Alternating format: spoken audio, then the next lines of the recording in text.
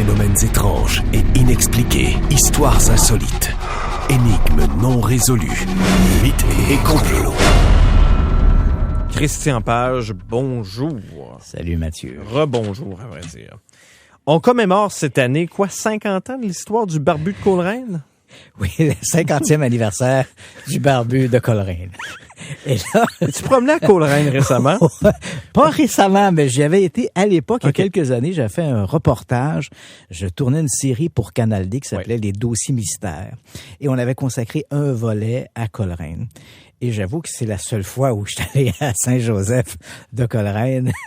Phénomènes étranges et inexpliqués. J'en ai Oui, eu ce n'était quelques-uns, pas, moi. et le barbu de Coleraine ici n'est pas un vagabond là, qui traversait le village. Là. Ils vont tellement maillir, mais c'est pas grave. Il y en a eu des phénomènes inexpliqués. Quand tu allais à l'aréna Odilon-Grenier à l'époque, là, et que tu allais à des matchs, il y avait des choses qui disparaissaient mystérieusement dans ton véhicule quand tu retournais après le match. Oh. C'est arrivé à Une plusieurs espèce de reprises, vortex vers une autre dimension. Le triangle Exactement. des Bermudes de Exactement. Thetford Mines. Ouais, situons, c'est où pour les gens qui ne savent Ouais. pas c'est où?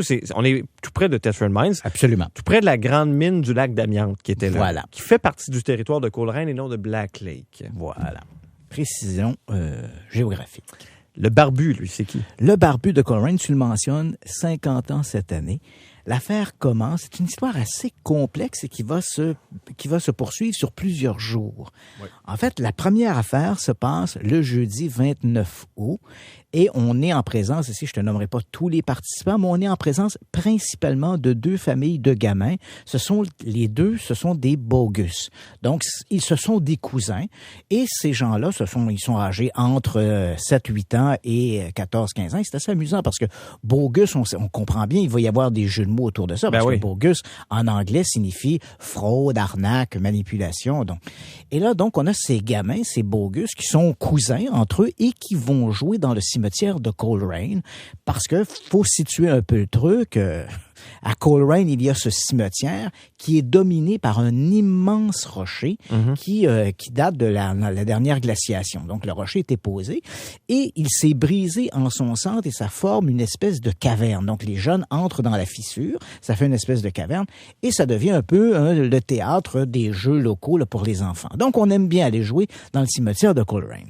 Donc, ce jeudi 29 août, on est en après-midi, deux gamins de la famille Bogus. On a Denis Bogus qui a 7 ans, son frère Michael Bogus, Michel Bogus qui lui a 10 ans.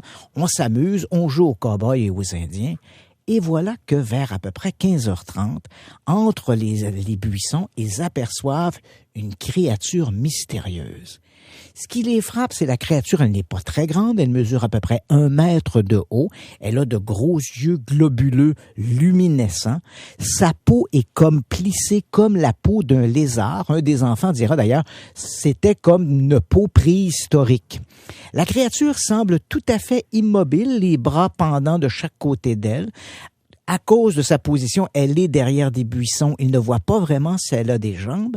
Mais ce qui les frappe surtout, c'est qu'à la pointe du menton, elle a une espèce d'appendice qui lui va jusqu'au nombril et que les enfants diront c'était comme une barbe. Mais on parle essentiellement d'un appendice. Donc, c'est comme ça que le barbu de Coleraine va faire son entrée. Les gamins sont terrifiés. Ils rentrent chez eux, parlent de cette histoire à leurs parents, qui bien sûr considèrent que c'est une histoire d'enfant qui est inventée, donc on n'en reparle plus. Lendemain, vendredi 30 août, encore une fois, on est dans le milieu d'après-midi, les enfants retrouvent là, les mêmes participants, Denis, Michel Bogus, mais là ils sont accompagnés de 2 autres de leurs frères et des amis qui les accompagnent.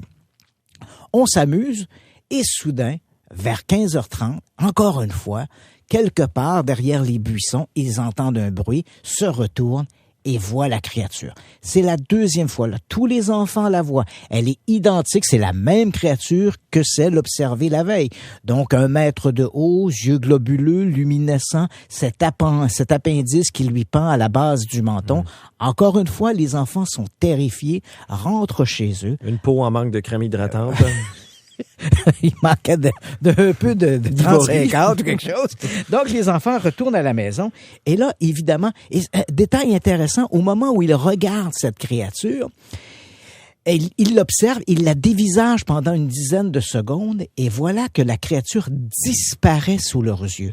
Mais elle disparaît non pas comme elle est là et elle n'est plus là, elle disparaît un peu comme, rappelle-toi, je sais que tu es plus jeune que moi, mais les téléviseurs dans les années 60, un téléviseur vintage, quand on éteignait le téléviseur, le temps que le tube cathodique se décharge de son électricité, ça faisait comme une espèce de point lumineux au centre de l'écran.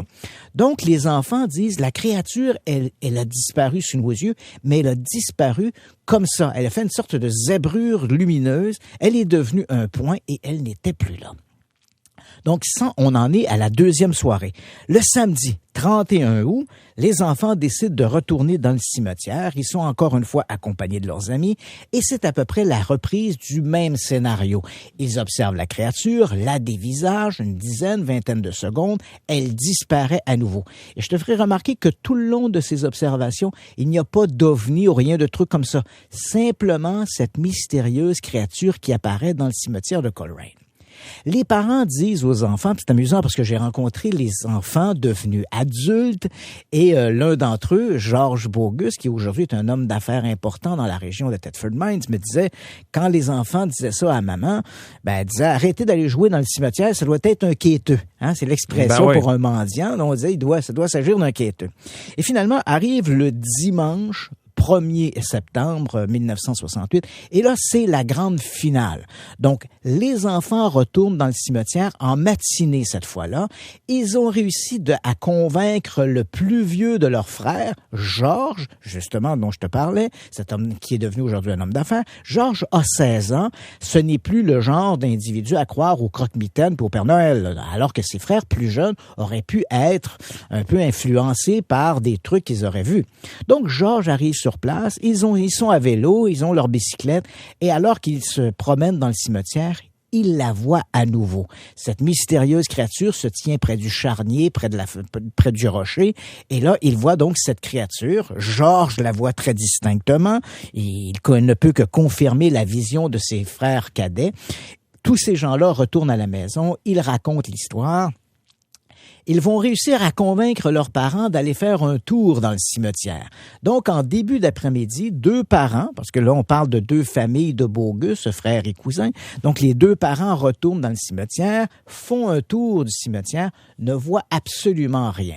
Alors, ils décident de quitter, mais Paul Bogus, le père des 2 plus jeunes enfants qui ont été les témoins de la première apparition, le premier jour, lui décide de rester là pendant un moment, et soudain, il entend une espèce de vibration, un bruit qui semble venir des entrailles de la terre.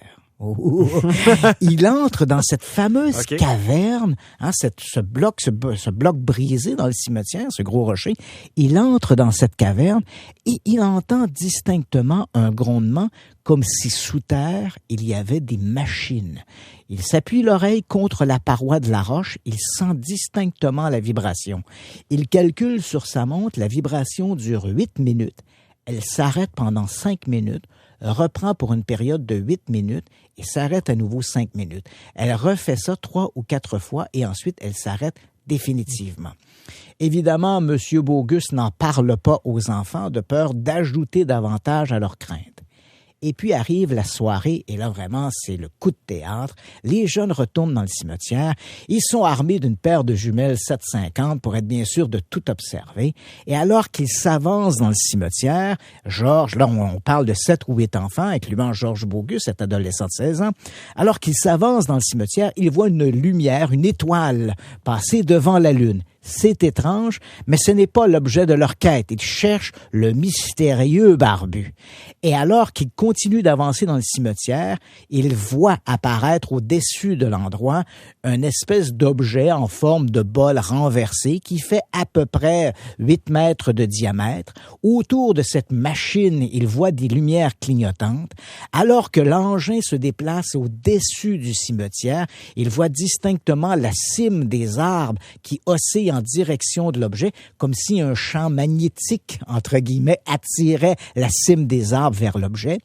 L'objet s'immobilise au-dessus du gros rocher, qui fait quand même 9 mètres de haut. Les jeunes l'appellent d'ailleurs le cap. Et alors qu'ils regardent sur le cap, et ils voient la créature apparaître au sommet du rocher. Les jeunes se passent mutuellement les fameuses jumelles, les binoculaires, ils observent la créature, ils la voient distinctement, toujours cette même créature à la peau plissée, rougeâtre, yeux globuleux, cette barbichette qui lui pend jusqu'au milieu du nombril, et puis soudain, la créature disparaît et l'objet s'éloigne. On assiste presque à une scène de téléportation digne de Star Trek à l'époque. Ah oui. Les enfants effrayés, évidemment, vont s'enfuir, retourner à la maison. Et le lendemain, ou 2 jours plus tard, je me rappelle plus, la tribune de Sherbrooke entend parler de l'histoire et lui consacre une partie de la une de son journal. Alors tu comprends que le barbu de Coleraine vient de passer dans l'imaginaire collectif et éventuellement Télé 7 vont se rendre sur place. Une équipe jusque-là. Et on interroge les enfants sur cette mystérieuse créature observée dans le cimetière de Coleraine. Jamais eu d'explication là-dessus. Jamais eu d'explication, jamais de retour en arrière. Ce qui est étonnant, bien sûr, on pourrait penser à un jeu d'enfant, mais les enfants, aujourd'hui devenus des adultes, maintiennent fermement leur version de l'histoire. Christian Page, merci beaucoup. Ça me fait plaisir, Mathieu.